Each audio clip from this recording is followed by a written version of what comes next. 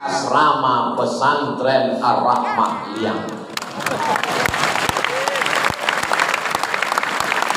Saya sudah pakai peci, pakai koko, pakai jaket, pakai sorban. Orang sudah manggil ustadz. Kalau saya di hotel, tolonglah kasihani saya.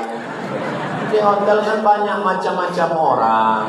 Ada yang pakaiannya belum selesai dijahit, ada yang kainnya kurang, ada yang resletingnya belum dipasang. Nggak mungkin saya pasangkan. Jadi tolong nanti kedatangan saya sekali lagi, saya nginapnya di kamar asrama santri di pesantren Ar-Rahmah Liang. Siap? Kalau kamar asrama sudah siap, saya akan datang. Saya tidak minta bintang 7, karena bintang 7 itu sakit kepala. Saya tidak minta pesawat VVIP. Saya hanya minta kamar satu asrama. Satu asrama dengan santri, gak apa-apa. Yang penting santrinya laki-laki.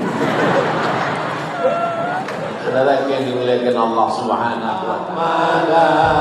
Mustafa Sayyidil Mursalin wa ala alihi wa sahbihi ajma'in wa ala alihi wa sahbihi ajma'in. Turun tangannya, jangan lama-lama, nanti ketiak basah.